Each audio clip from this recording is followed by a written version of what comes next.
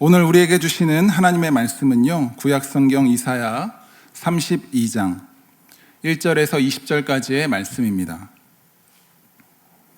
이사야 32장 1절부터 20절까지의 말씀인데 저희는 먼저 8절 말씀만 먼저 읽도록 하겠습니다. 8절 말씀 같이 함께 한 목소리로 하나님의 말씀 받들어 읽겠습니다. 시작. 고명한 자는 고명한 일을 도모하나니 그는 항상 고명한 일에 서리라. 아멘. 오늘 말씀의 제목은 운명의 체인지입니다. 운명의 체인지.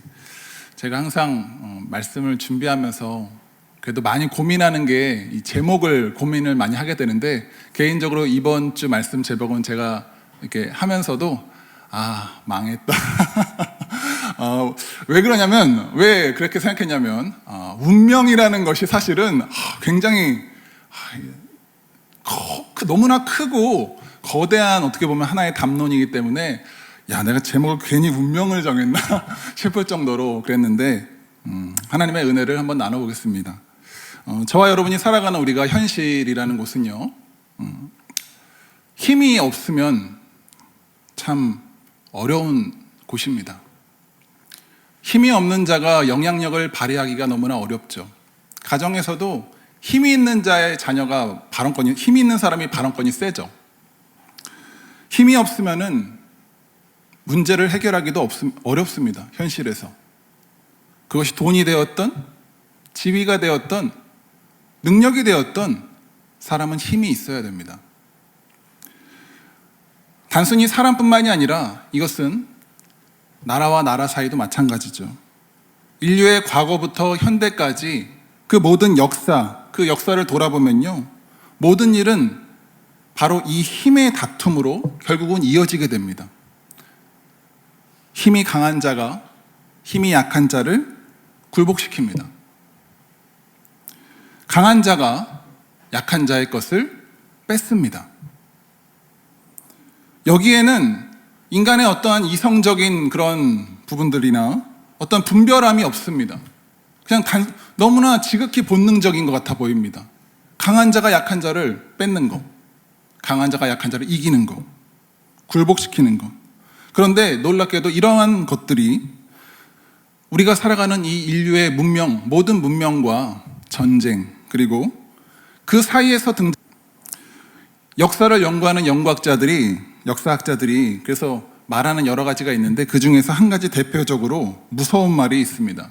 그게 뭔지 아세요? 바로 이것입니다. 역사는 반복된다. 너무나 무서운 말입니다. 역사는 반복된다. 왜 그렇죠?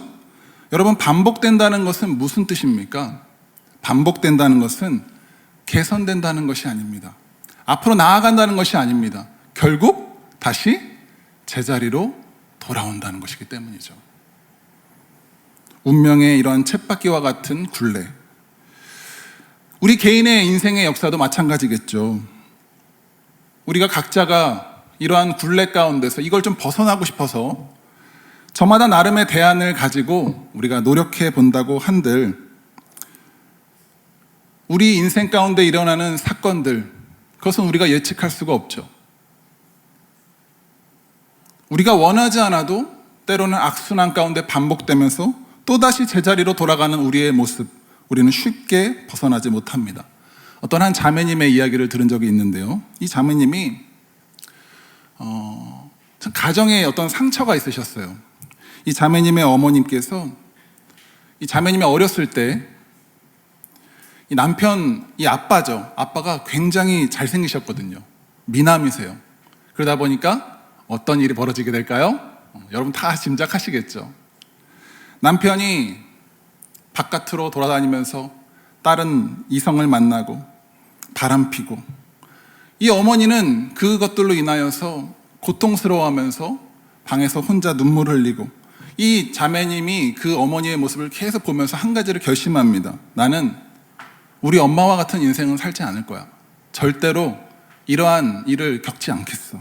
그래서 이 자매님은 어머니와는 다른 인생을 살고 싶어서 배우자를 만날 때 제일 중요한 조건이 무엇이냐? 바로 이 남자가 바람을 필 것이냐 안 필 것이냐였다는 것이죠.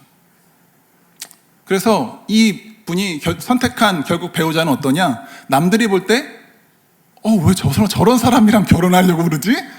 외모적으로, 약간, 정말 좀 남들이 봤을 때 의아한, 이 자매님은 너무나 예쁘신데, 남편분은 그렇게 예뻐 보시지 않은 그런 분을 만나서 결혼하시는 건데, 그 안에는 이러한 비하인드 스토리가 있었던 거예요.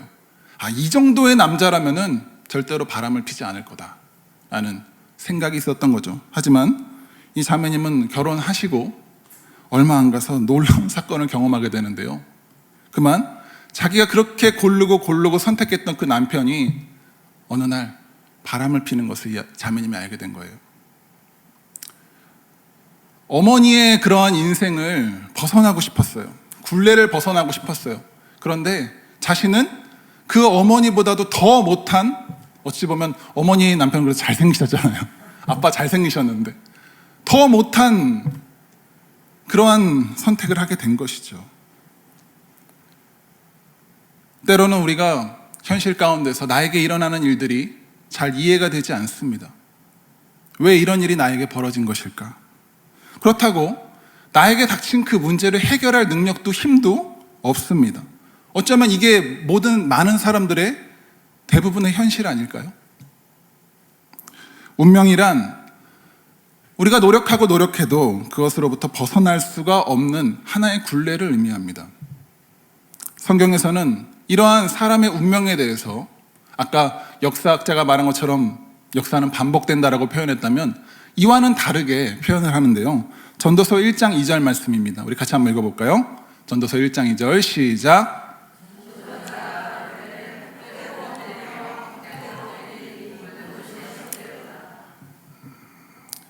이러한 헛됨, 솔로몬, 이 고백을 한 사람은 솔로몬인데 그는 세상을 살면서 그 누구보다도 많은 것을 가졌고 많은 것을 누렸고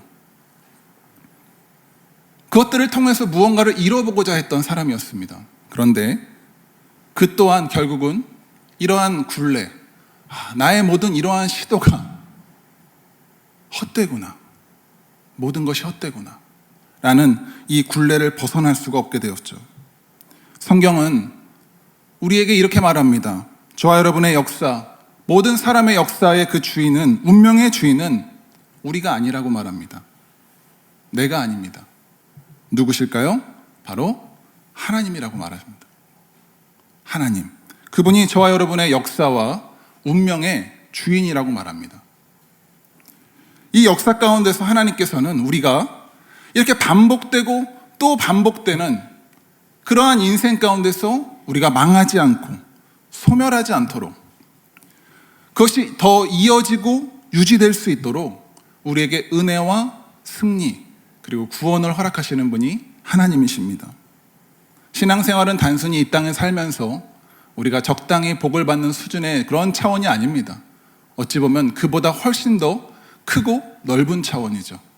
운명이 바뀌는 것이니까요. 오늘 이사야 본문은 이러한 비밀을 우리에게 말하는데 말씀을 통해서 한번 자세히 살펴보겠습니다. 첫 번째로 어리석은 운명과 한 왕입니다. 같이 한번 읽어볼까요? 어리석은 운명과 한 왕. 네. 오늘 본문 말씀 6절에서 7절 말씀을 우리 같이 한번 읽겠습니다. 시작.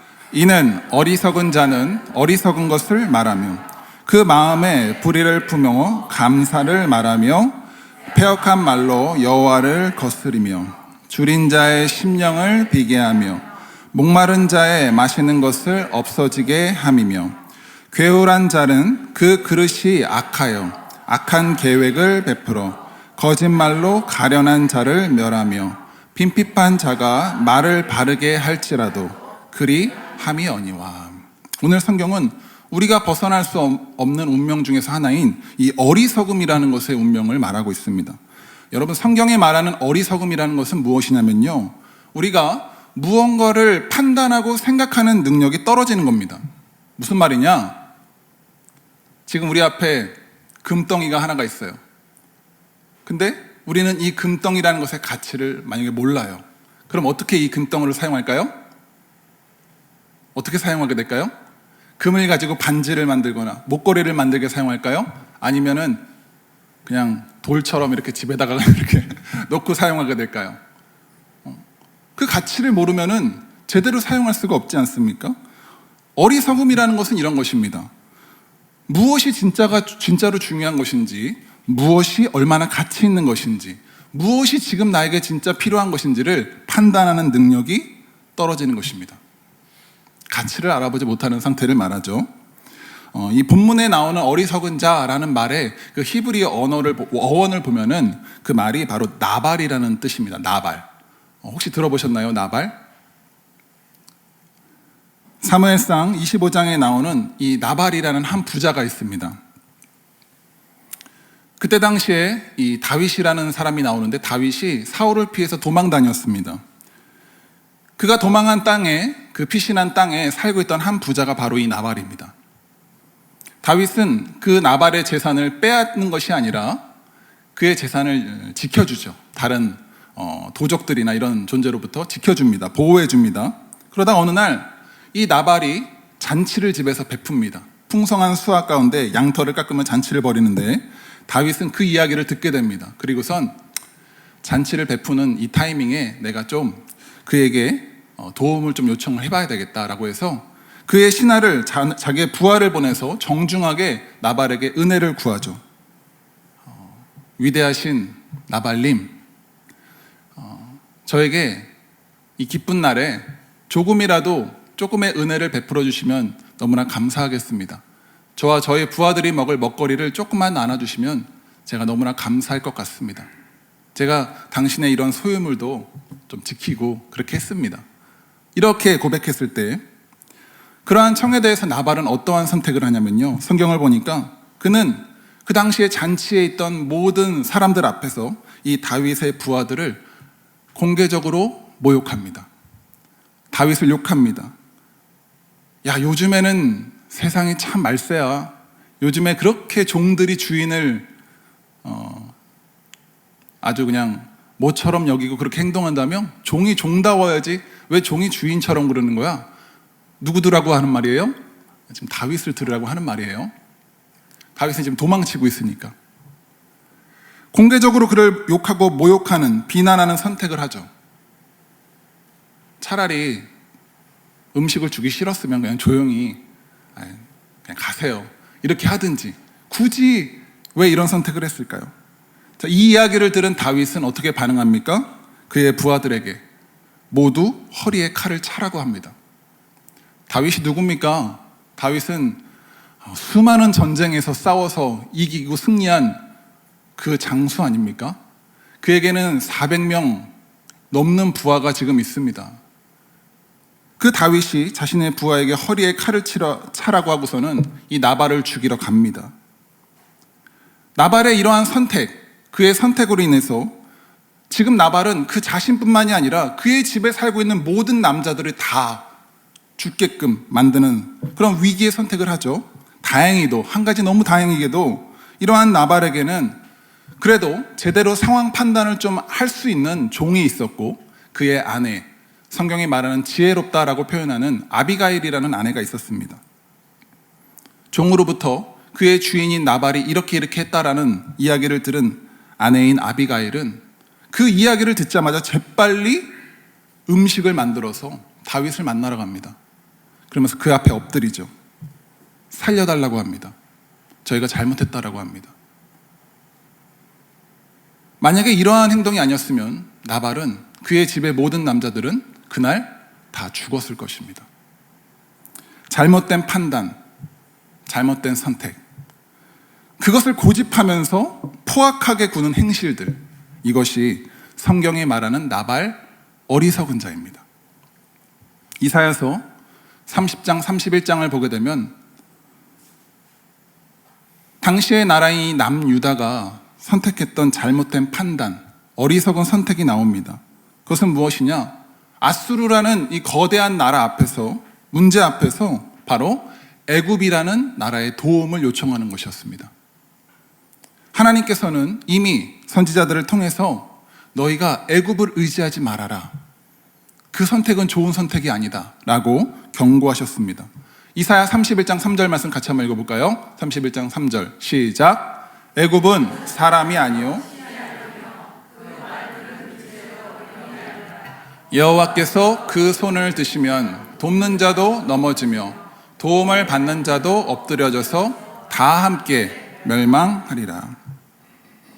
이러한 하나님의 말씀에 대해서 당시 남유다는 앞선 나발과 같이 그러한 하나님의 말씀을 능욕합니다. 욕보이고 부정합니다. 어디 한번 더 얘기해 보세요. 우리가 어린아이입니까? 맨날 똑같은 얘기 지겨워요. 그만 좀 하시죠. 남유다는 하나님의 말씀보다는 자신의 생각대로 이 애국과 동맹을 맺어서 정치적으로, 외교적으로, 군사적으로 해결을 보려고 합니다. 실제로 애굽은 이러한 유다를 도와주려고 군사를 보냈습니다. 하지만 그 보낸 군사와 아수르의 충돌 가운데서 애굽은 이 남유다에게 있어서 실제적인 도움이 되지를 못합니다.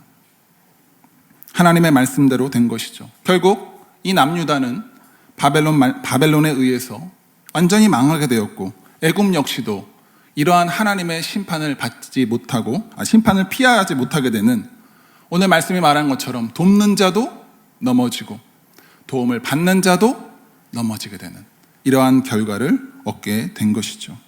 그런데 오늘 이사야는 앞선 이 30장과 31절 말씀에 이어서 이러한 어리석은 선택들을 반복하는 우리의 운명에 대해 그것을 체인지할 수 있는 방법, 반전을 이야기합니다.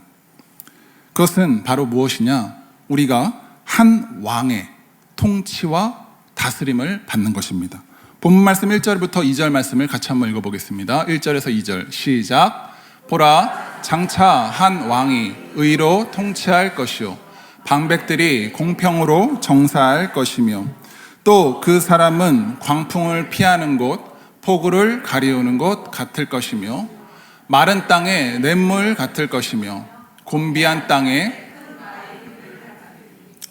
우리가 살고 있는 이 세상에 대해서 성경은 뭐라고 말합니까? 광풍, 폭우, 마른 땅, 곤비한 땅. 그런데 그러한 땅을 살아가면서 우리가 반복되는 이 운명을 벗어나기 위해서 한 왕을 말하는 것입니다. 왕이 무엇입니까? 왕은 한 나라의 주인으로서 모든 것을 통치하는, 모든 것을 다스리는 존재입니다. 성경이 말하는 오늘 이 장차 오실 왕은, 이 왕의 특징은 무엇이냐? 저와 여러분, 우리의 차원, 이 땅을 다스리고 있는 그러한 힘의 논리, 그러한 것들로 통치하는 존재가 아닙니다. 통치하는 왕이 아닌 다른 차원의 존재로, 다른 차원으로 통치를 하는데요. 그것은 무엇이냐? 의와 공평입니다. 세상의 통치 원리, 이 힘의 원리와는 다릅니다. 그리고 이러한 일을 행하는 왕은 오늘 성경에서 기록한 것처럼 여러 명이 아니라 오직 한 왕입니다. 한 왕. 누가복음 4장 17절에는 이 왕이 누구인지 분명하게 드러나는데요. 우리 같이 한번 읽어볼까요? 누가복음 4장 17절 시작. 선지자 이사야의 글을 드리거늘 책을 펴서 이렇게 기록한 데를 찾으시니 곧 주의 성령이 내게 임하셨으니 이는 가난한 자에게 복음을 전하게 하시려고 내게 기름을 부으시고 나를 보내사 포로된 자에게 자유를, 눈먼 자에게 다시 보게 함을 전파하며 눌린 자를 자유케 하고 주의 은혜의 해를 전파하게 하려 하심이라 하였더니 이에 예수께서 저희에게 말씀하시되 이 글이 오늘날 너희 귀에 응하였느니라 하시니. 이사야가 말한 이 왕, 우리를 눌린 우리를 자유케 할 왕, 눈먼 우리를 보게 할 왕, 포로된 우리를 해방시킬 그 왕, 그 왕에 대해서 예수님은 오늘 내가 있는 이 자리에서 이 말씀이 이루어졌다라고 말씀하셨습니다. 우리를 자유케 하는 그 왕 누구시라고요? 성경에 말하는 그 왕이 바로 예수 그리스도라는 것이죠. 예수 그리스도를 통해서 그의 말씀, 이 예언이 응하고 완성됩니다. 이 왕은 다음과 같은 일들을 하게 될 텐데요. 오늘 본문 말씀 3절, 4절 말씀 읽겠습니다. 시작. 보는 자의 눈이 감기지 아니할 것이요 듣는 자의 귀가 기울어질 것이며 조급한 자의 마음이 지식을 깨닫고 어눌한 자의 혀가 민첩하여 말을 분명히 할 것이라. 아멘. 이 말씀을 우리가 곰곰이 생각을 해보면 우리가 신앙생활하면서 예수를 나의 주, 나의 왕으로 모시게 될 때, 우리가 그분의 다스림과 통치를 받게 될 때 비로소 신자인 우리가 그때에서야 이 하나님의 말씀 앞에서 온전히 서게 된다라는 것을 알게 됩니다. 이 왕이 행할 일들이 그런 것이기 때문이죠. 말씀이 육신이 된 이 예수님의 통치하심, 우리의 눈과 우리의 귀와 우리의 마음과 우리의 혀가 어리석음을 향할 때가 있지만 이 예수의 통치가 그러한 우리를 다시 돌이키실 것이기 때문입니다. 또 반대로 생각해보면 이 말씀이 참 놀라운 것은 우리가 얼마나 참 대단한 존재인지 생각하게 되는데요. 왜 그러냐면 우리는 매주 예배 가운데 나와서 우리의 눈은 자꾸 감기고 말씀을 들어도 이게 도대체 뭔 말인지 들리지가 않고 집중이 되지 않고 기도는 해도 응답이 더뎌서 우리의 마음, 이 조급한 마음은 자꾸 급해지고 도대체 언제 교회 와서 무슨 말을 해야 되는지도 모를 채 뭔 말을 해야 될지 몰라서 말도 어눌한데, 그런데도 어찌 보면 그래서 이 교회를 나온다는 것이 우리가 세상적으로 보면 사실 재미가 없지 않습니까? 여러분 재미있으셔서 나오십니까? 아니죠. 재미가 없어요. 좀 지루합니다. 우리가 만약에 영화를 보러 갔는데 그 영화가 너무 지루해요. 막 보면 눈이 저절로 감기고 못 보겠어요. 집중도 안 돼요. 그럼 어떻게 하죠, 사람들은? 못 보겠다. 나와버리죠. 다시 갈까요? 그 영화 보러? 안 가잖아요. 그런데 들어도 눈이 감기고 귀가 집중이 안 되는 이러한 예배 가운데 우리가 나오면서 지루하고 재미없어서 사실 또 다시 나오고 싶지 않을 법도 한데, 그럼에도 불구하고 오늘 우리가 이 자리에 나왔다는 것이 얼마나 기적입니까, 여러분? 기적입니다. 이것은 놀라운 은혜입니다. 저는 그렇게 생각합니다. 우리 옆 사람에게 한번 이렇게 고백해 볼까요? 당신은 놀라운 하나님의 기적입니다. 할렐루야. 이 지루하고 재미없는데도 이 자리에 있다는 것이 기적이죠. 기적입니다. 우리가 예수 그리스도의 통치와 다스림이 없다면 우리는 이와 같을 것입니다. 성경은 우리에게 말하고 있습니다. 세상은 이러한 예수에 대해서 미련하다고 하죠.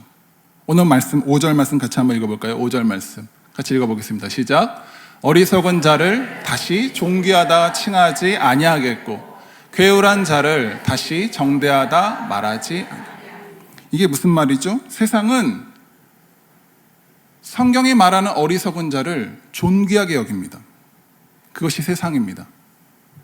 성경이 말하는 존귀한 자를 반대로 말하면 세상은 어리석게 여깁니다. 세상의 가치관과 우리가 보는 성경의 가치관은 다릅니다. 어리석은 자, 간교한 자가 오히려 고상한 자, 고귀한 자로 여김받게 되고, 총명한 자다, 저 사람은 매우 뛰어난 사람이다라고 여김받게 된다. 그것이 세상이다라고 성경은 말하고 있습니다. 이것이 우리 신자에게 있어서는 한 가지 큰 딜레마입니다. 분명히 말씀에는 하나님 말씀이 이렇다고 하는데 우리가 살아가는 세상은 그렇지 않기 때문입니다. 먼저 하나님을 붙잡고 의지하는 것보다는 지금 당장 나를 도와줄 수 있는 군대를 갖고 있는 그 애굽을 의지하는 것이 더 현명하고 더 지혜로운 선택 아니겠습니까? 하지만 성경은 말하죠. 그것은 결국 너희에게 있어서 후회가 될 것이다. 후회가 되는 선택이 될 것이다 라고 말합니다. 신자인 우리가 어리석음이라는 이러한 운명으로부터 우리가 해방되고 벗어나는 것은 다른 것이 아닌 오직 이 예수 그리스도 그 한 왕의 통치를 받는 것입니다. 베드로는 예수님께서 너희는 나를 누구라 하느냐? 사람들은 나를 여러 가지로 이야기를 하는데 너희는 나를 누구라 하겠느냐라는 이 질문 앞에서 이렇게 대답하죠. 주는 그리스도. 저를 한번 따라서 같이 고백해 보실까요? 주는 그리스도시요 살아계신 하나님의 아들이시니이다.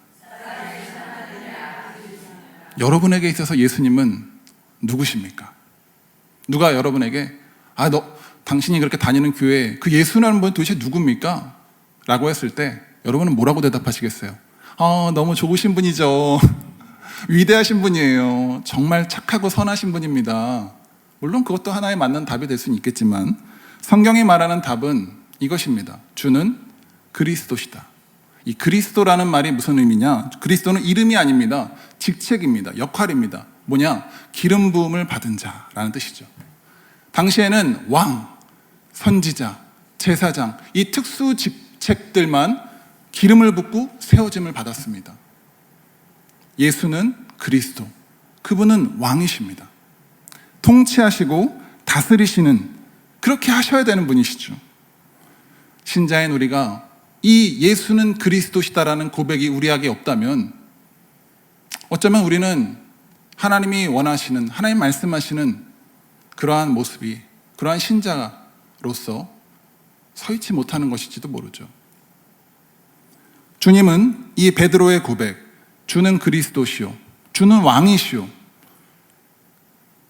살아계신 하나님의 아들이십니다 라는 이 고백에 이렇게 말씀하십니다. 바요나 시몬아, 너에게 복이 있도다. 너가 그 고백을 할 수 있게 된 것은 너의 지혜가 아니다. 하나님께서 너에게 주신 것이다. 내가 너의 그 고백 위에 나의 교회를 세우겠다. 저와 여러분, 우리가 오늘 이 자리에 있는 이 교회 공동체는 바로 이 고백 위에 세워진 곳입니다. 주는 그리스도시요. 저와 여러분, 우리가 이 주님을 이 말씀대로 온전히 고백할 때에 주님이 나의 왕이십니다. 주님이 나의 주인이십니다. 나의 그리스도이십니다. 그렇게 고백하며 그분을 마음에 우리가 모실 때에 그 주님께서 저와 여러분의 삶과 문제 가운데 실제적으로 우리를 통치하실 것입니다. 주님의 그런 실제적인 통치가 임하게 될 것이죠. 매일매일 이 예수가 나의 왕임을, 나의 주인을 고백하는 삶, 이러한 그분의 말씀 안에서 우리가 통치를 받는 삶, 성경은 그러한 삶에 대해서 다음과 같이 표현하는데요. 오늘 본문 말씀 8절 우리가 새번역 버전으로 한번 같이 읽어보겠습니다. 새번역 버전 같이 읽어보겠습니다. 8절 말씀입니다. 함께 읽습니다. 시작. 그러나 고귀한 사람은 고귀한 일을 계획하고 그 고귀한 뜻을 펼치며 삽니다.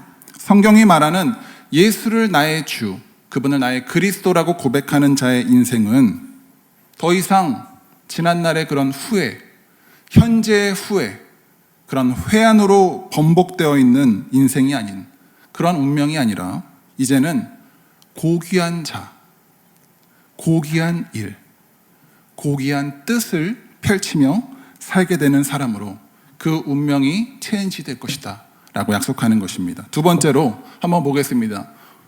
안일함의 운명과 성신입니다. 같이 고백하겠습니다. 안일함의 운명과 성신.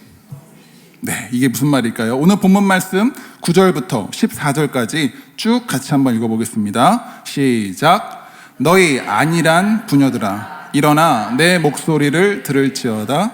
너희 염려 없는 딸들아, 내 말에 귀를 기울일지어다. 너희 염려 없는 여자들아, 1년 남짓이 지나면 너희가 당황하여 하리니 포도 수확이 없으며 열매 거두는 기한이 이르지 않을 것임이니이다. 너희 안일한 여자들아 떨지어다. 너희 염려 없는 자들아 당황하여 할지어다. 옷을 벗어 몸을 드러내고 배로 허리를 동일지어다. 좋은 밭을 위하며 열매 많은 포도나무를 위하여 가슴을 치게 될 것이니라. 형극과 진려가 내 백성의 땅에 나며 희락의 성읍 기뻐하는 모든 집에 나리니 대저 궁전이 패한 바 되며 인구 많던 성읍이 적막하며 산과 망대가 영영이 구렬이 되며 들나귀에 즐겨하던 곳과 양떼에 풀 먹는 곳이 될 이미 어니와. 아유, 어렵다.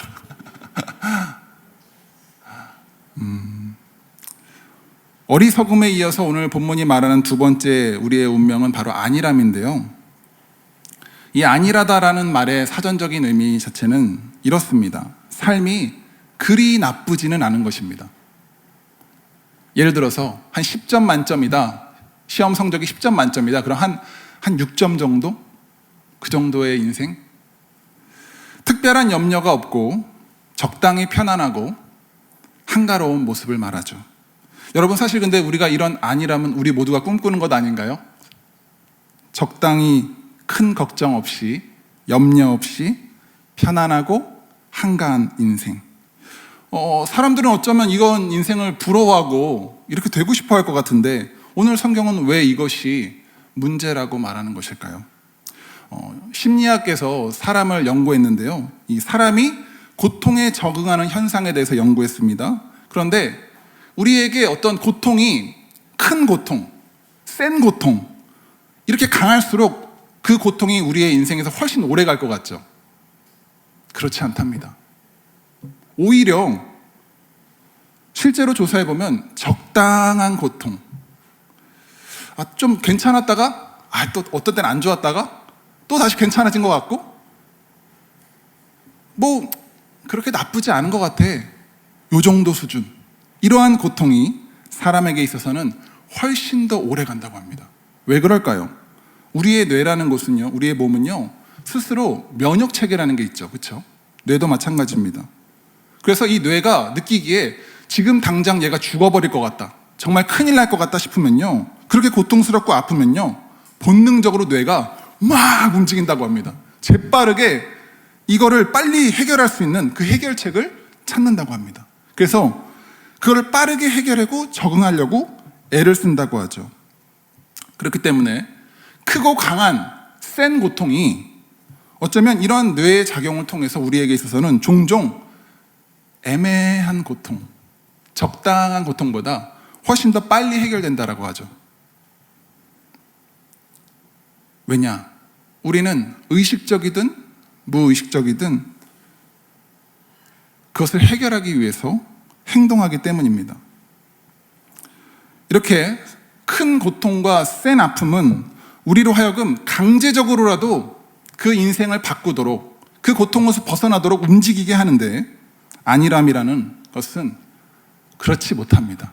안일함은 마치 서서히 데워지는 그런 냄비에 들어가 있는 개구리와 같습니다.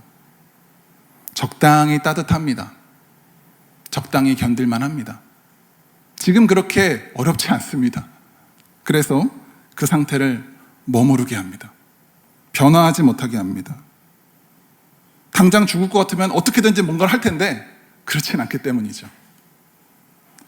하지만 이러한 안일함이라는 것이 우리의 인생을 더 장기적으로 볼 때는 앞선 그 크고 센 고통보다는 이러한 안일함이라는 것은 더 그렇기 때문에 위험하고 더 우리를 힘들게 하는 요소인 것입니다. 오늘 본문에 나오는 이 남유다 아니랍니다. 왜냐? 왜 그렇습니까? 지금 당장 그들의 눈앞에 적이 쳐들어오지 않았기 때문입니다. 그 적이 언제 올지 아직 모르기 때문이죠.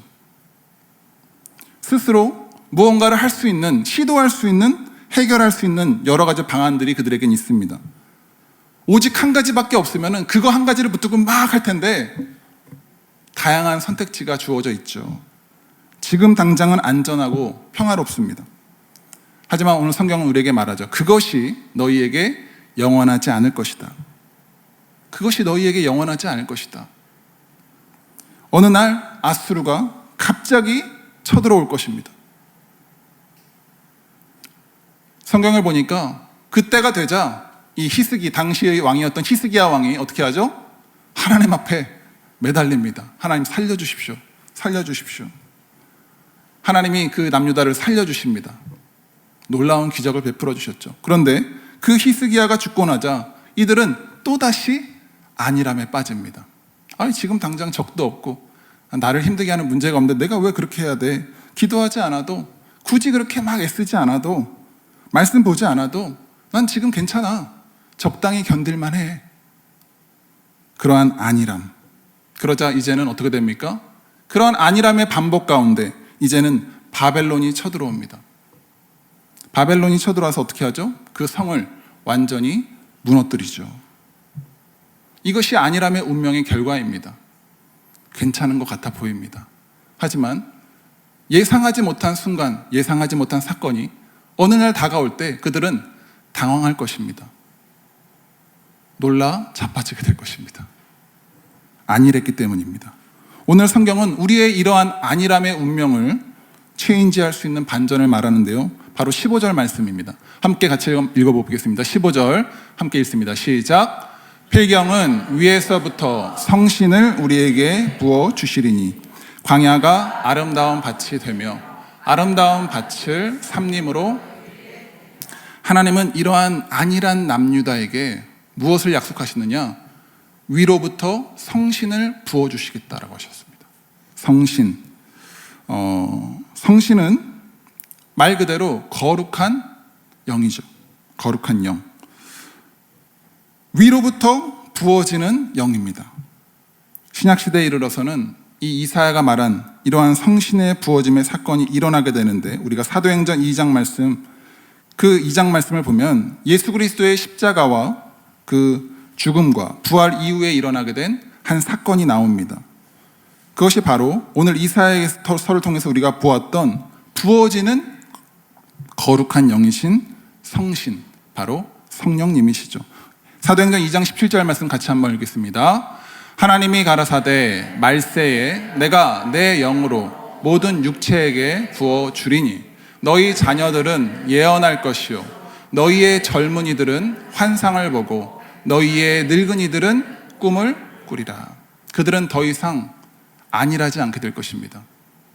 현실 가운데서 그들은 예언을 하고 환상을 보며 꿈을 꾸게 된다. 아무런 소망 없는 현실이 아닌 꿈을 꾸는, 더군다나 오늘 성경이 말한 것처럼 나이 드신 분들, 늙은이들은 꿈을 꾼다. 이 말이 무슨 의미겠습니까?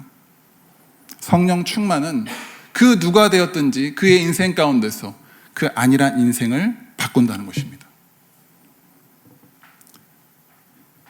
오늘 베드로가 고백한 이 말씀, 이사야서가 한 말씀처럼, 그리고 마지막 때에 그 영을 모든 육체에게 부어주시겠다는 이 요엘서의 말씀대로 예수의 제자들이 이 부어지시는 성령을 경험하죠.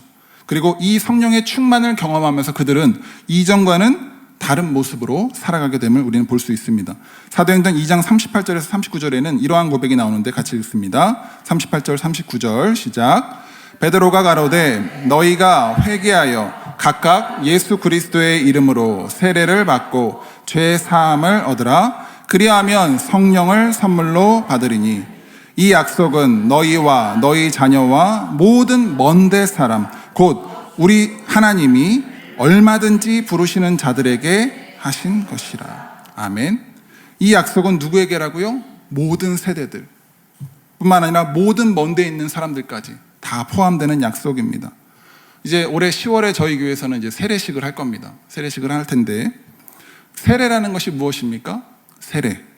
우리가 세례를 왜 받습니까? 세례라는 것은 하나님 앞에서 내가 지나온 나의 삶을 회개를 통하여서, 회개하는 것을 통하여서 고백하는 것이죠.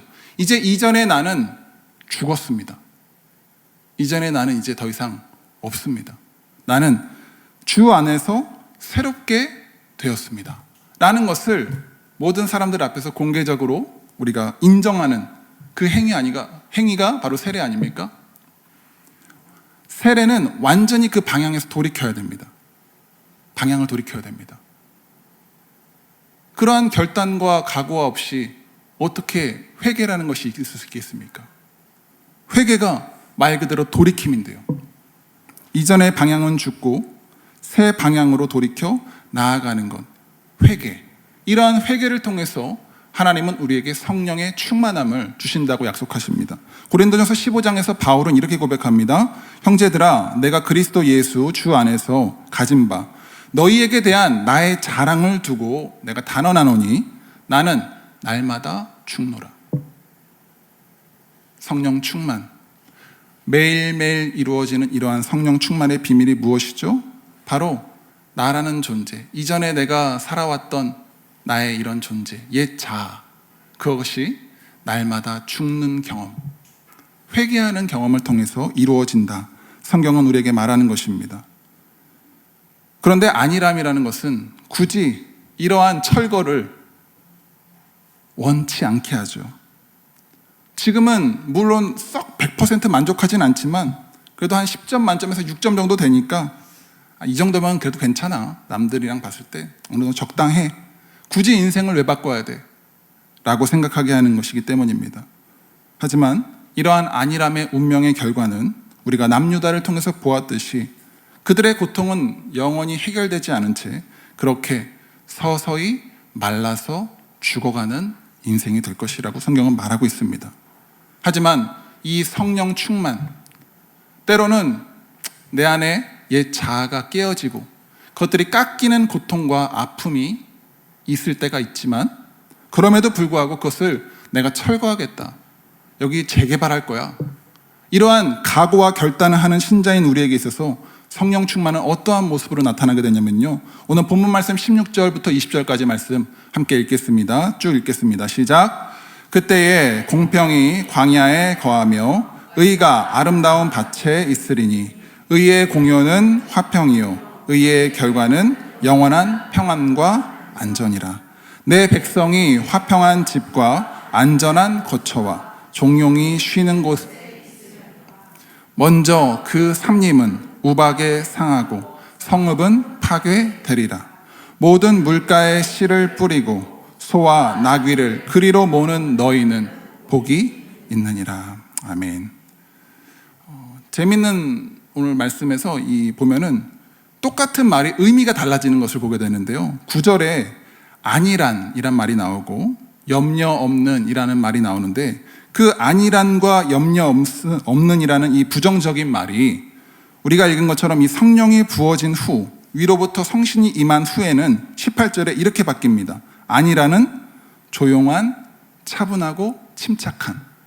또 염려 없는 이라는 말은 어떻게 바뀌냐면 안전한 이라는 말로 그 의미가 달라지게 되는데요, 우리가 생각했을 때 성령 충만이라는 것의 모습이 마치 막 불을 받아서 불이 막 활활 타올라서 모든 것들을 다 태워버리고 그런 뜨거움으로 막 열정으로 확 이렇게 불타는 모습, 물론 성령 충만 가운데 그런 뜨거움도 있지만요, 오늘 성경은 무엇을 말하냐면 우리가 성령 충만을 받게 되면 그 땅은 촉촉할 것이고 기름질 것이고 그로 인해 열매 맺는 나무와 꽃이 우거진, 적당히가 아니라 가득 우거진 그러한 아름다운 모습이 될 것이다 라고 성경은 말하고 있죠.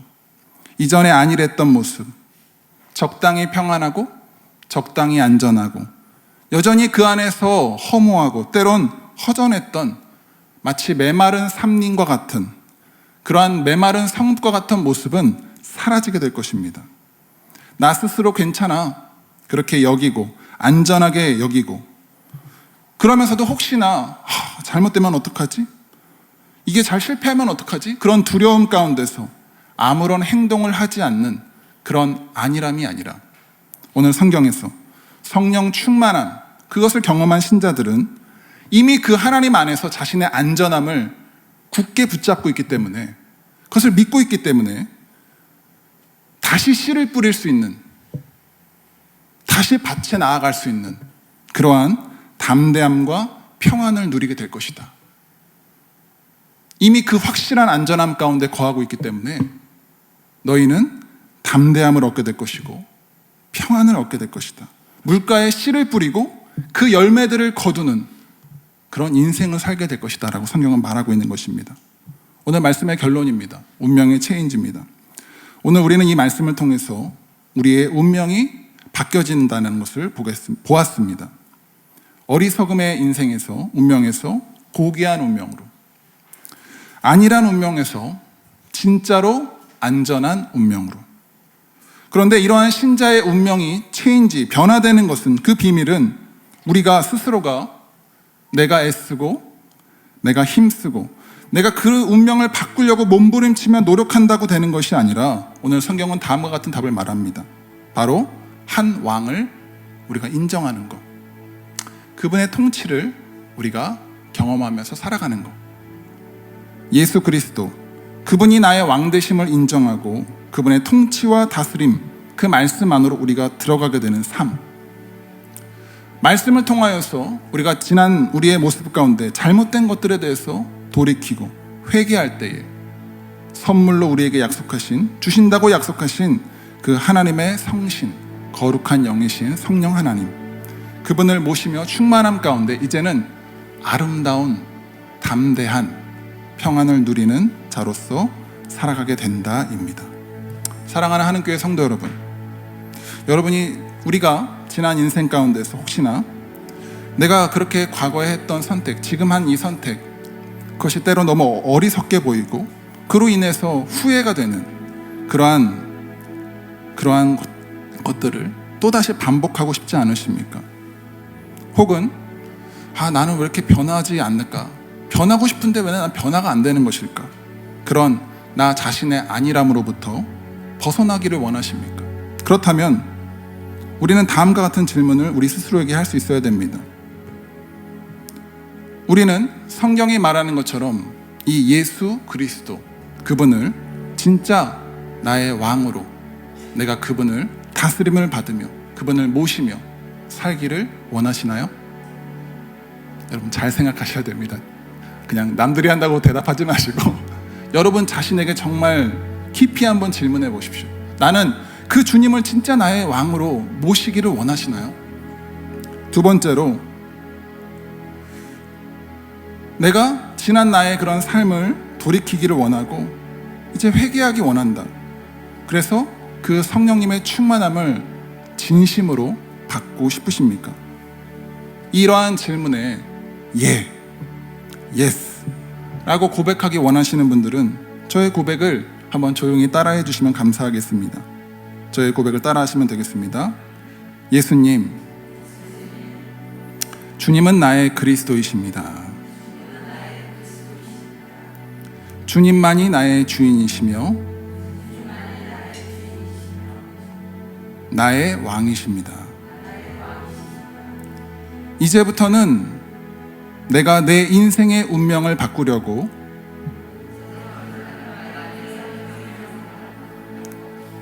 애쓰는 것이 아니라 왕 되신 주님께 저를 맡기기를 원합니다. 혹시 성령 충만을 받기 원하시는 분은 저의 이 고백을 따라해 주십시오. 성령님, 저의 안일함을 회개합니다. 용서해 주세요. 돌이키게 해주세요. 새롭게 해주세요. 충만하기 원합니다. 아멘. 이러한 반복되는 삶의 굴레 가운데서 그러한 우리의 굴레를 끊어내시는 하나님, 우리의 운명을 바꾸시는 그 하나님, 우리가 믿는 하나님은 그러한 하나님이라는 사실을 우리가 오늘 기억하고 우리를 새롭게 하실 그 하나님을 바라보며 함께 찬양하며 기도하기 원합니다. 함께 찬양하겠습니다.